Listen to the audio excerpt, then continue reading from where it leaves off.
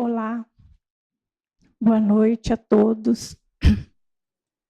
Hoje nós vamos falar um pouco sobre a transformação, que nós poderemos dizer a nossa transformação moral. Nós vamos buscar caminhos para conhecermos melhor aqueles sentimentos que trazemos em nós e que precisamos trabalhar para que consigamos vencer toda essa os nossos males. Então, nós vamos procurando caminhos. Hoje, então, vamos ver um pouco esses caminhos, como eles estão em nós. Então, esse trabalho, ele é bastante difícil. Por quê?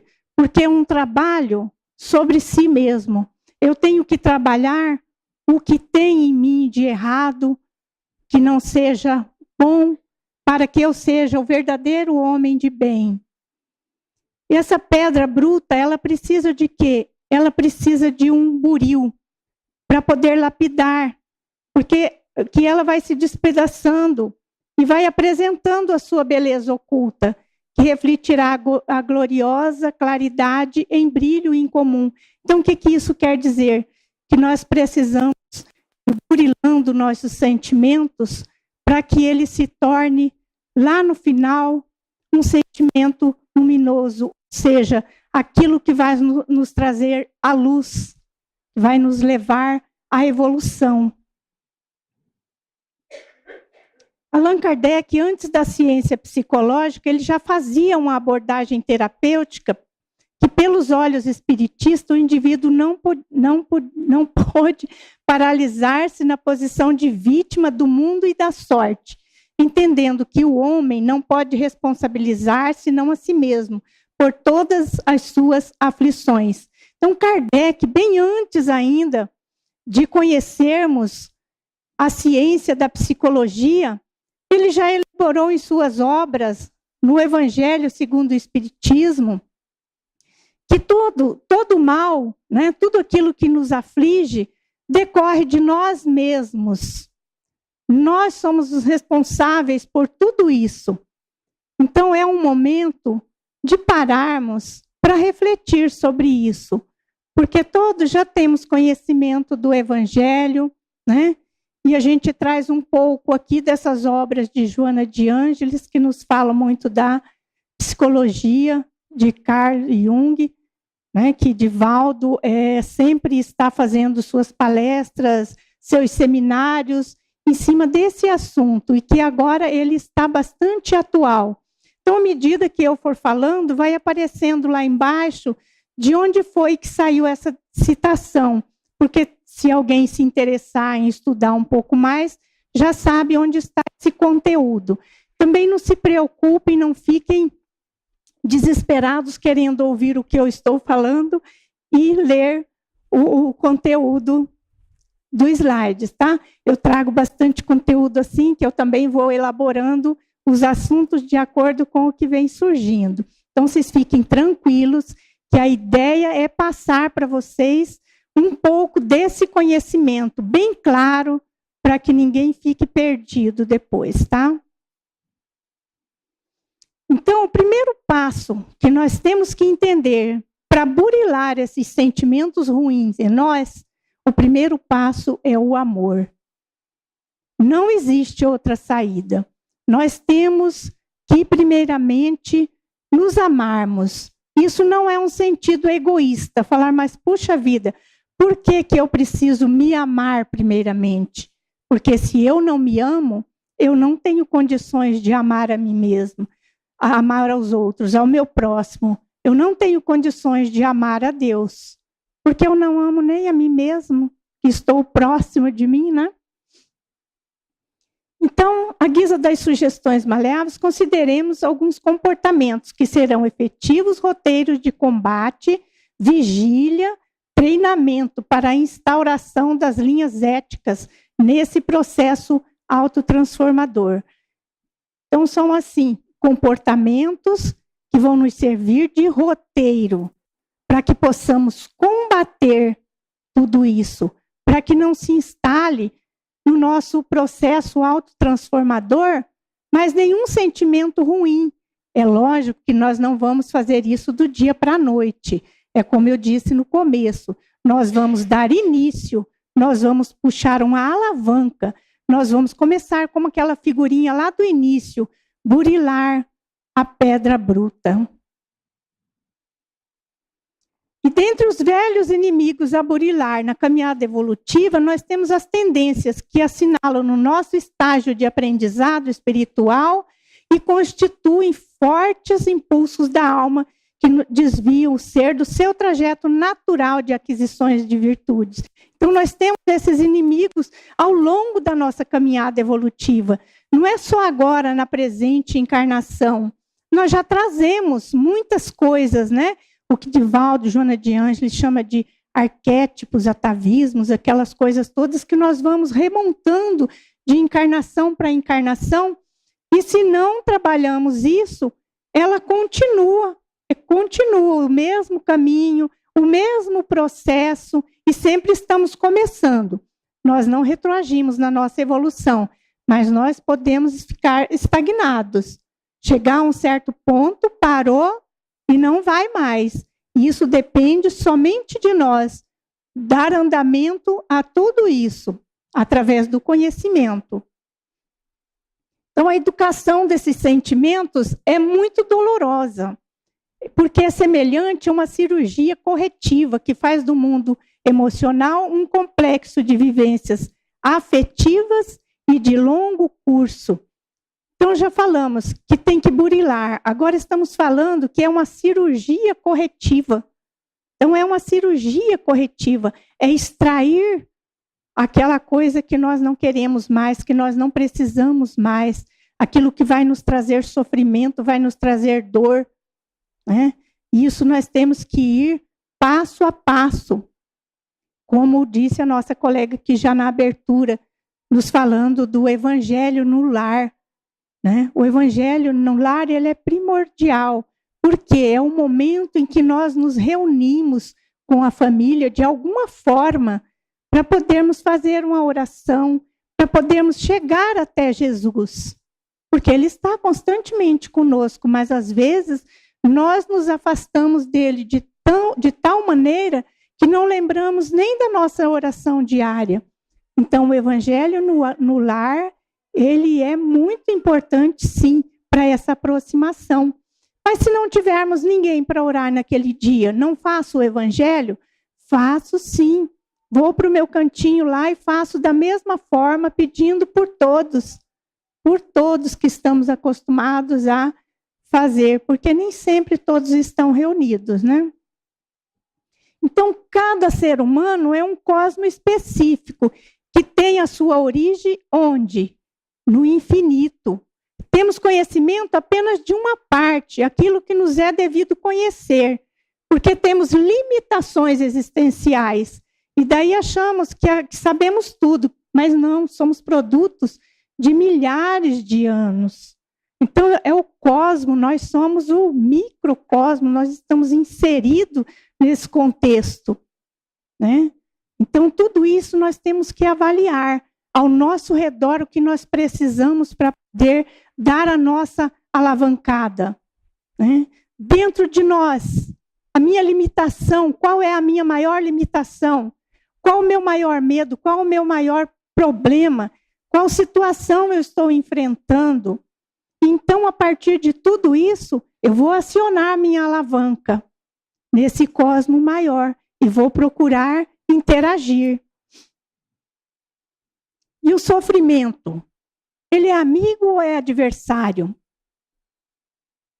O sofrimento, nós entendemos que eles podem ser físicos, morais, emocionais e espirituais.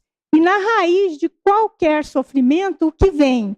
Ele está no presente ou no passado, consciente ou inconsciente. E as suas origens estão sempre naquele que o padece, nos painéis profundos da nossa consciência. Aí está o sofrimento, porque nós é que transformamos a nossa vida em sofrimento, por falta de conhecimento, por falta de fé, por falta de amor, aquilo que nos eleva, que eleva o nosso ser espiritual imortal. Então é disso que nós precisamos, desse conhecimento, para fugirmos dessas origens, que vão ficar sempre ali, né? Porque tem muitos que dizem assim que, né, através do sofrimento que eu chego lá, mas nós não precisamos viver constantemente em sofrimento. Ai, minha vida é um padecimento, né? Então é uma coisa assim bastante constrangedora. Nós temos armas para sair disso aí. Então vamos ver, eu costumo trazer essa escadinha, alguns já viram, né? Porque é uma escadinha que ela vai nos levando para baixo. Então, muito cuidado ao trabalharmos com isso. Então, o sofrimento é resultado do quê? Já falamos, dos nossos condicionamentos, que às vezes envolvem uma educação incorreta, uma convivência social adoecida, que gera os condicionadores físicos, mentais contaminados. A compreensão espírita a respeito da vida e do sofrimento nos faz ver que ninguém no mundo está no mundo para sofrer. O sofrimento é apenas um método pedagógico próprio do planeta terrestre. Por quê? Porque o planeta terrestre é um planeta de provas e expiações. Então, ainda temos o sofrimento. Advém de educação incorreta como? Aquelas coisas arcaicas que nós trazemos ali, né? Antigamente era preciso castigar os filhos para que eles não fizessem alguma coisa ruim, e se castigava de forma tão pesada que aquilo ia deixando marcas no psicológico da criança. Quando se tornava adulto, ela se tornava uma criança rebelde, agressiva, que tudo fazia para poder sair dos limites dos pais. Por quê? Porque ele era agredido constantemente. Hoje, graças a Deus, nós temos uma outra visão sobre isso. Nós temos essa compreensão espírita da vida, né? Que nos faz perceber que não estamos aqui somente para sofrer. Nós sofremos? Sofremos, mas temos armas para lidar com esse sofrimento. Temos maneiras de sair desse sofrimento. Aí os vícios, aqueles vícios que não são só os vícios da drogadição, do álcool. Não, são todos aqueles vícios que nos levam por caminhos, né, de imperfeições morais, obscurecendo o nosso discernimento e apresentando valores que não são legítimos, e assinala o espírito com futuros conflitos, tormentos que poderiam ser evitados. Então, tudo isso nós temos que levar em consideração, saber que isso se instala em nós, mas que não precisamos ficar apegados nessas coisas. Nós temos que procurar o caminho. Nós já procuramos a casa espírita como um lugar para que possamos estudar e compreender o que estamos fazendo aqui, para que viemos, para onde vamos, o que fazemos, não é? Então nós já temos assim o discernimento sobre isso, mas resta-nos aprofundar muito mais sobre o nosso ser psicológico. Esse ser que está guardado lá dentro, porque nós costumamos mostrar as nossas fisionomias, às vezes, bastante alegre, quando no momento, lá por dentro, né, nós estamos num momento de aflição, ou às vezes apresentando uma outra figura, de sofrimento, de dor, de padecimento, tão somente para que o outro sinta piedade. Isso é bom? Não, gente, isso não é bom, porque isso deixa a gente, né? A gente vai envelhecendo, vai ficando com a cara feia, né? Se a gente começa a ficar cheio de ruguinhas, tá? Aí vem o egoísmo. O egoísmo, aquela coisa maior do que tudo, né? Que toma conta da gente, ao invés de tomarmos conta desse sentimento para poder modificar a nossa trajetória, nós deixamos que ele se inflame e tome conta de nós e faça com que nós nos percamos pelos caminhos, né?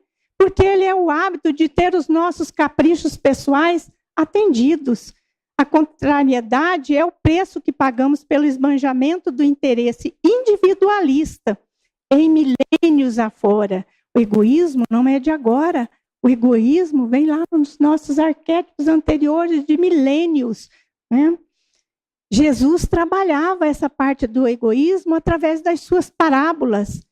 Quem tem oportunidade de estudar as parábolas vão ver que elas estão atualíssimas, porque Jesus foi o grande terapeuta do mundo. Foi não, Jesus é o grande terapeuta, né? Não podemos dizer foi, porque ele está em nós, tá? Então, igualmente, o sentimento que nos fará refletir na necessidade de mudança, em busca de uma postura ajustada com as leis naturais da vida. Então, temos que nos ajustar às leis naturais da vida, através desse conhecimento e trabalhando o nosso egoísmo, porque o nosso egoísmo é aquela coisa bonita daquele iceberg que vocês já viram, né? Que está lá no mar, aparece só uma pontinha. E aquela pontinha é o egoísmo. Ele acha que é o dono do mar inteiro. Ele é o bambambam, né? Por quê? Porque ele acha que lá no fundo, o restante, que é o verdadeiro ser, que é o nosso self, digamos assim, o nosso inconsciente, é lá que estão todas as coisas. Não é na parte superficial, na consciência tem muita coisa, mas no inconsciente tem tudo que precisamos trabalhar. Então, o egoísmo, aquela pontinha de iceberg, não é o dono do mar, né? O mar é o dono do iceberg.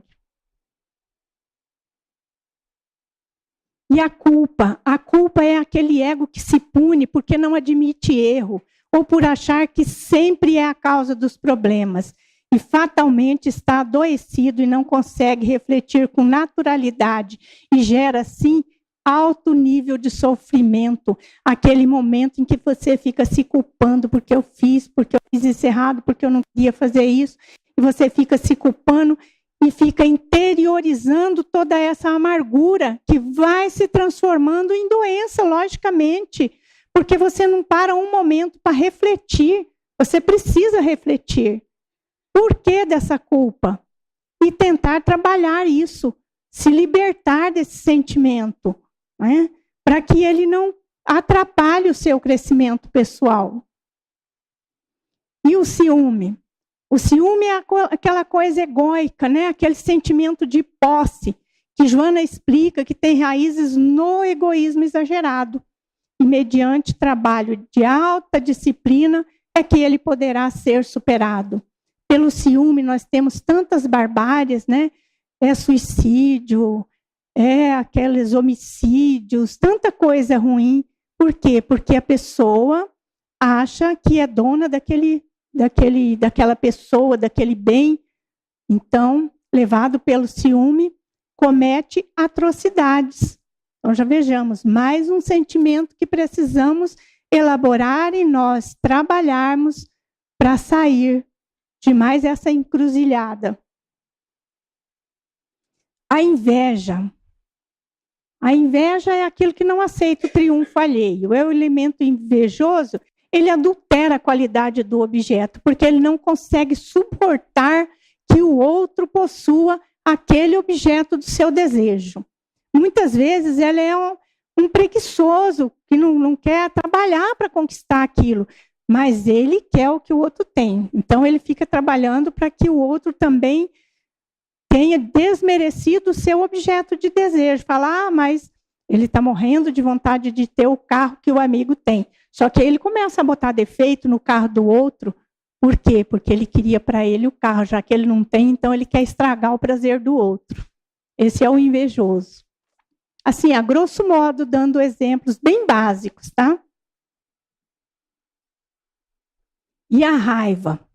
A raiva é aquele ego que favorece os elevados índices de adrenalina, de cortisol, que contrai os vasos sanguíneos e fazem subir a pressão, e tendem a endurecer e degenerar as artérias. Joana explica que toda vez que o ego se sente ferido, liberta esse abominável adversário que destrói a paz do indivíduo. Então, veja bem, gente, às vezes é levado por momentos repentinos e voltamos lá na ancestralidade, né? Nos nossos momentos de instinto e agimos no momento de raiva, onde às vezes se comete também crimes bárbaros, né? E muitas outras coisas são feitas no momento de raiva que nós não conseguimos controlar. Por quê? Porque nós não trabalhamos esse sentimento em nós. Nós deixamos que ela venha à tona com toda a sua ferocidade, com a sua selvageria, né? Mas e aí? Nós estamos sendo prejudicados, porque nossos vasos sanguíneos estão efervescentes. A pressão vai lá em cima. E que Deus o livre, alguém tenha um problema lá de hipertensão, sei lá o quê, de repente cai duro, porque no momento daquele, né, não pensou duas vezes. Agiu simplesmente. Aí vem o arrependimento, quem sabe, um pouco tardio.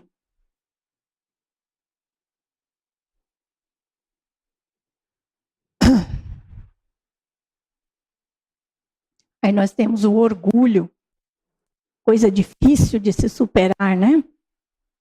O orgulho é difícil. Ele induz a gente a julgar mais do que somos, nos julgamos mais do que somos, por um simples orgulho. A gente não suporta uma comparação que nos possa rebaixar. Nos consideramos muito acima dos irmãos. E o menor paralelo irrita e aborrece o orgulhoso. O arrogante joga no time do eu sou mais eu. Vocês já viram, é muito essa frase, né? Ah, não me interessa, eu sou mais eu, não estou nem aí. Gente, isso é orgulho, não é um sentimento saudável. Ele não nos traz benefícios. Nós temos também que aprender a lidar com esse sentimento e começar a trabalhar isso em nós. Porque o orgulho também vai trazendo doenças, vai trazendo enfermidades. Por quê? Porque cada vez que o outro quiser te superar, você vai entrar em sofrimento. Você vai começar a liberar os conflitos. E aí você vai começar a ficar doente. Porque você acha, não pode ser. Não pode ser. Eu sou mais eu. Há que se ter, então, muita humildade para aceitar a vida como ela é, compreender as suas reclamações, endereçadas à nossa consciência e tomar uma posição reeducativa.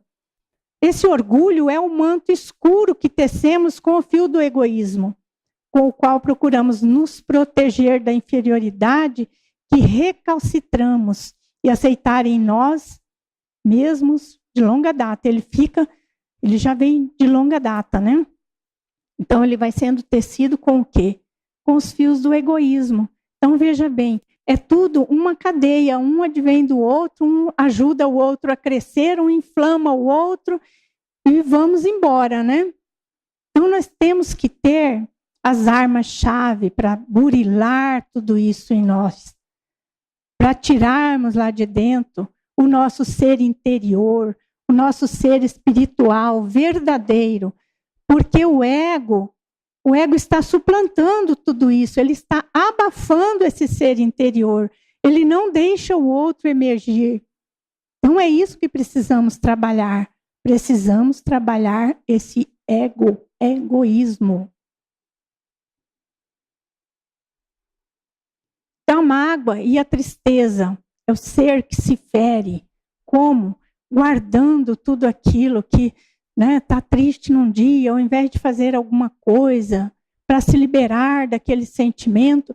Às vezes nós temos tristezas que passam por nossas vidas, como a perda de um ente querido, alguma coisa assim, mas nós também podemos trabalhar isso em nós através de uma oração, pedir por aquele que partiu, pedir por nós mesmos para que essa tristeza seja amenizada. E a mágoa é aquele sentimento ferido, que nossa, meu maior amigo fez alguma coisa para mim que eu não esperava isso dele. Aí fica aquela mágoa, aquele ressentimento, e vai nos machucando no dia a dia. Cada vez que você vê a pessoa, você lembra daquilo e te dá um mal-estar. precisa trabalhar aquilo. Quem sabe chamar o amigo e falar: fulano, não gostei do que aconteceu entre nós. Por que não conversamos? Vamos procurar, me explica o motivo de tudo isso, para que eu possa entender, para que nós possamos, né, a ter aquela amizade bonita novamente. É tão bom isso quando nós conseguimos suplantar o nosso orgulho e chegar no outro e perguntar: por quê? Por que você fez isso? Por que eu fiz isso? Às vezes fui eu que agi com ele de maneira errada e ele nos deu o troco, né? Então, tudo isso é um processo de adoecimento. Falamos de adoecimento do ego, tendo em vista que ele se mantém fixado na aparência das coisas.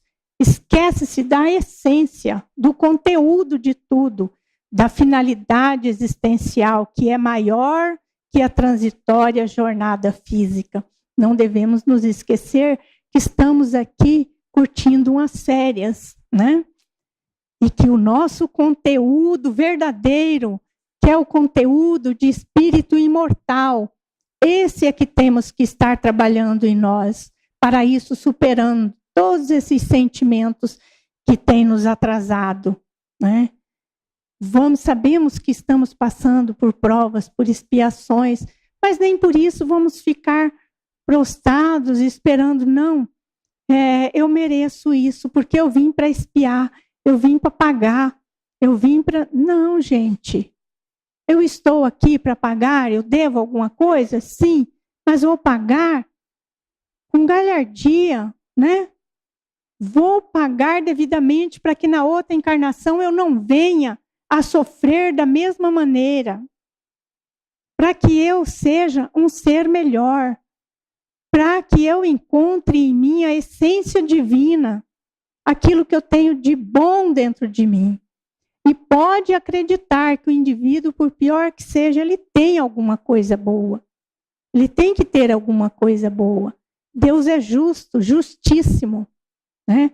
Ele nos criou simples e ignorantes, mas ele nos deu a oportunidade de nos tornarmos grandes, de sermos luz, né?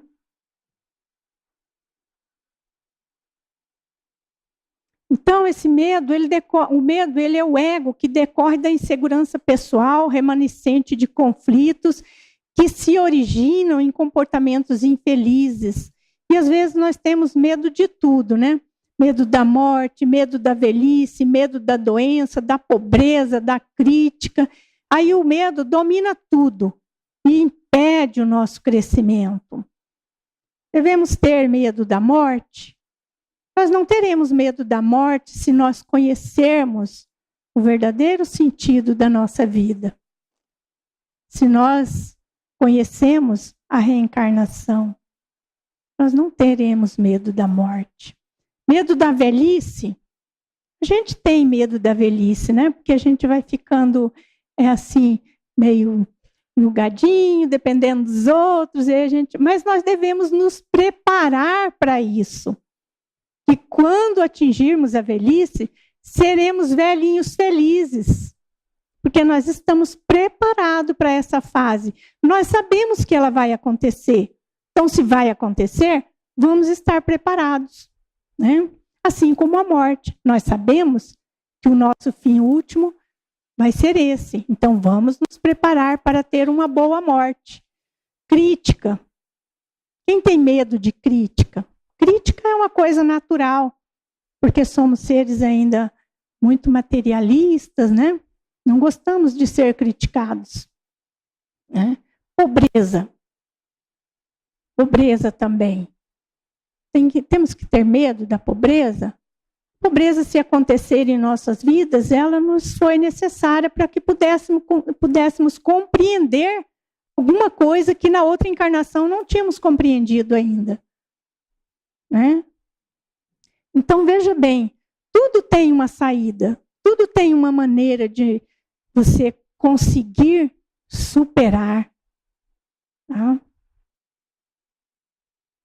A ansiedade é uma das características mais habitual da conduta contemporânea, porque somos impulsionados pelo competitivíssimo. Competitividade, tá? Da sobrevivência, e esmagado pelos fatores constringentes de uma sociedade eticamente egoísta. Predomina a insegurança no mundo emocional das criaturas. Então, estamos sempre ansiosos, né? Sempre ansiosos, porque estamos sempre buscando coisas que às vezes nem são necessárias. Estamos ansiosos no trânsito para chegar primeiro, estamos ansiosos no trânsito porque não queremos deixar o outro passar na nossa frente. E olha que isso é muito perigoso, hein, gente? E aqueles constrangimentos que a sociedade nos coloca, né? Quando não estamos ocupando. A gente vê muito isso nos grandes encontros, né, de sociedade.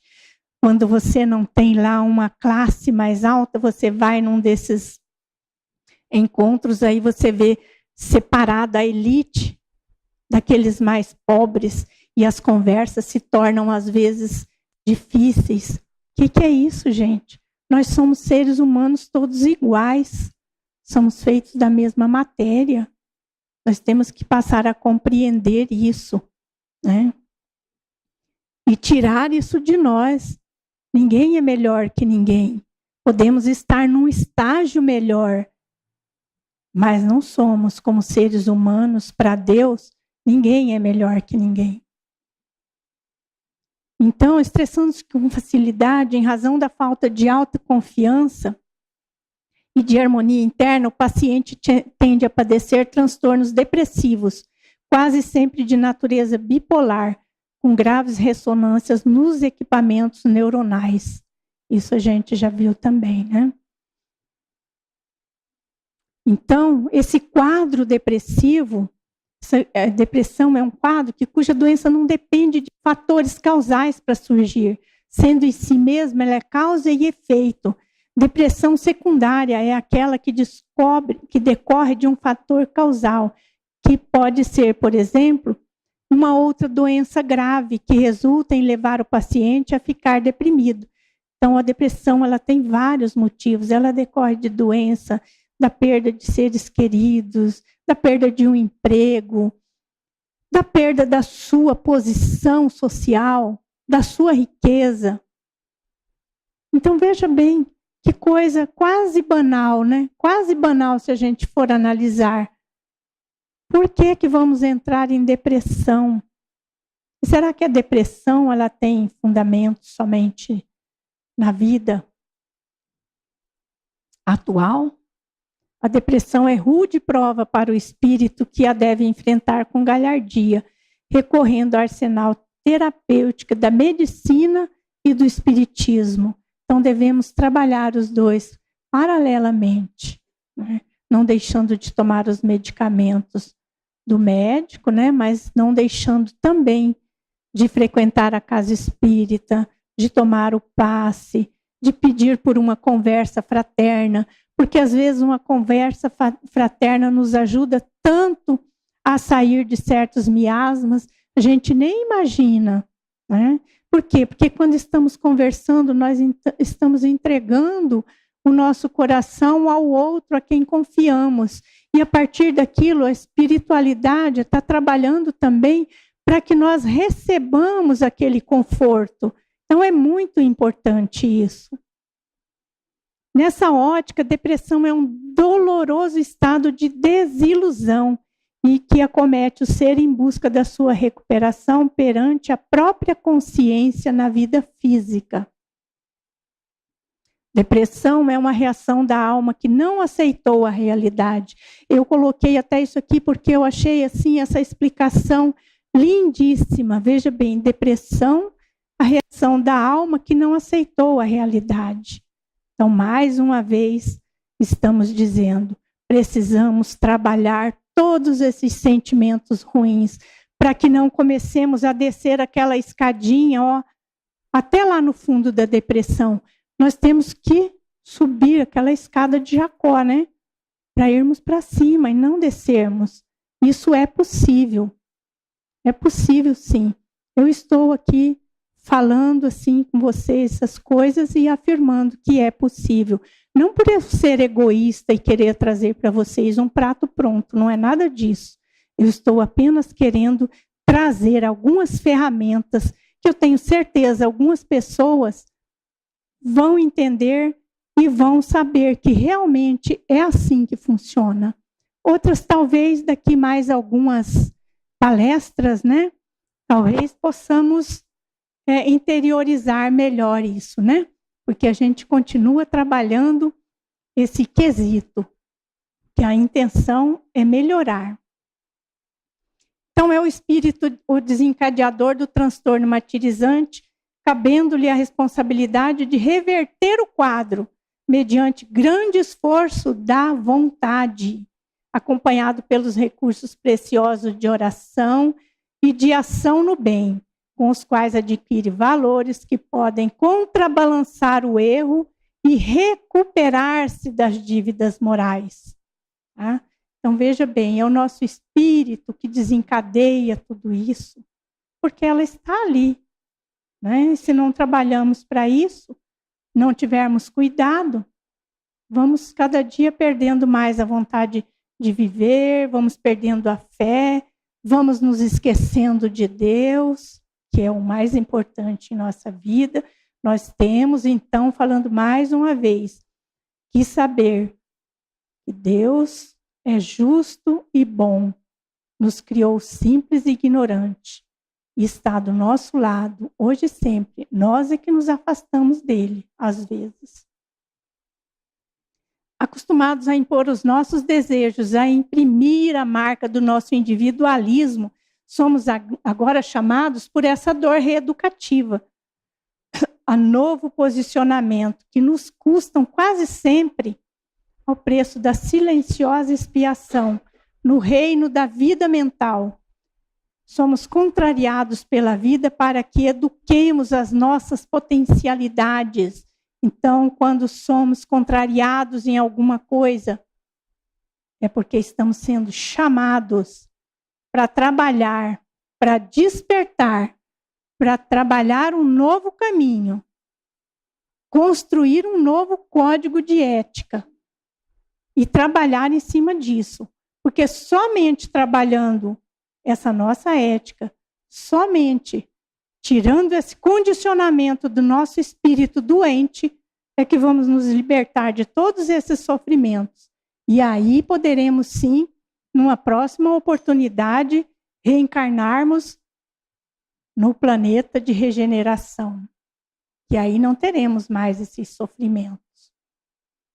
Então, essa doença ela não deixa marcas aparentes. É impossível ser diagnosticada por exames de imagem, confundido com tristeza normal. O sintoma pode passar até despercebido. Mesmo assim, a depressão é a quarta principal causa de incapacitação no mundo. E, de acordo com projeções da Organização Mundial de Saúde, em 2030, ela será o mais prevalente do planeta, à frente do câncer e de algumas doenças infecciosas. Hoje, segundo um estudo epidemiológico publicado na revista especializada BMC Medicine, 121 milhões de pessoas estão deprimidas. Para se ter uma ideia, é um número 4 vezes maior do que os portadores de HIV. Então, veja bem, gente, vamos cuidar desse nosso ego doente para que não alimentemos esse vírus da depressão. Porque a depressão realmente, ela chega de mansinho. Às vezes você nem sabe, é aquele momento que você não quer mais sair de casa, você não tem mais prazer nem na comida que come, né? Nem nos encontros que eram tão bons com os amigos. E aquilo ali vai te levando para o fundo. E às vezes você não procura recurso, porque o seu orgulho não deixa. Então, é a depressão que nos leva a cair naquele buraco do vazio existencial que nós já falamos também. E todos esses conteúdos são conteúdos estudados nas obras de Joana de Ângeles. São conteúdos que quem tem aquele capricho de estudar mais uma vez as obras de Kardec vai encontrar tudo lá.